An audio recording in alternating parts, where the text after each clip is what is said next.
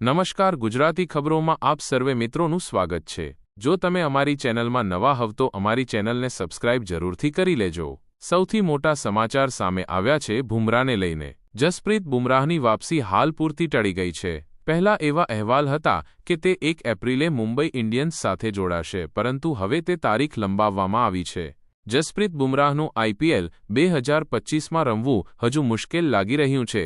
આને લઈ હવે નવી અપડેટ સામે આવી છે।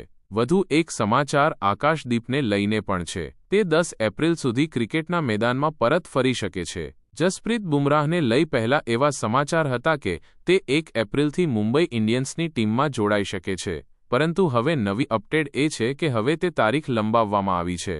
હજુ સુધી તારીખ નક્કી કરવામાં આવી નથી। ટાઈમ્સ ઓફ ઇન્ડિયાના રિપોર્ટ મુજબ જસપ્રીત બુમરાહ ફિટ છે, પરંતુ તેનો વર્કલોડ ધીમે ધીમે વધારવામાં આવી રહ્યો છે, જેનાથી પીઠમાં સ્ટ્રેસ ફ્રેક્ચરની સમસ્યા ફરી પાછી ન થઈ શકે। બુમરાહને આ ઈજા સિડની ટેસ્ટ દરમિયાન થઈ હતી। આ મેચ તેમણે અધવચ્ચે પણ છોડવી પડી હતી। BCCIના સૂત્રો મુજબ રિપોર્ટમાં લખવામાં આવ્યું કે આ ઈજા થોડી સિરિયસ છે, ત્યારે તેને આ ફ્રેક્ચર ફરી ન થાય તેનું પણ ધ્યાન રાખવામાં આવી રહ્યું છે। તેણે BCCIના સેન્ટર ઓફ એક્સેલન્સમાં બોલિંગ શરૂ કરી દીધી છે, પરંતુ તેને સંપૂર્ણ ફોર્મમાં પાછા આવવામાં થોડો સમય લાગી શકે છે। હાલમાં તેમના પાછા ફરવાની કોઈ તારીખ નક્કી કરવામાં આવી નથી, પરંતુ શક્ય છે કે તે એપ્રિલના મધ્ય સુધીમાં પાછો ફરે। આકાશદીપ અંગે સૂત્રોએ જણાવ્યું હતું કે તે 10 એપ્રિલ સુધીમાં પાછો ફરી શકે છે।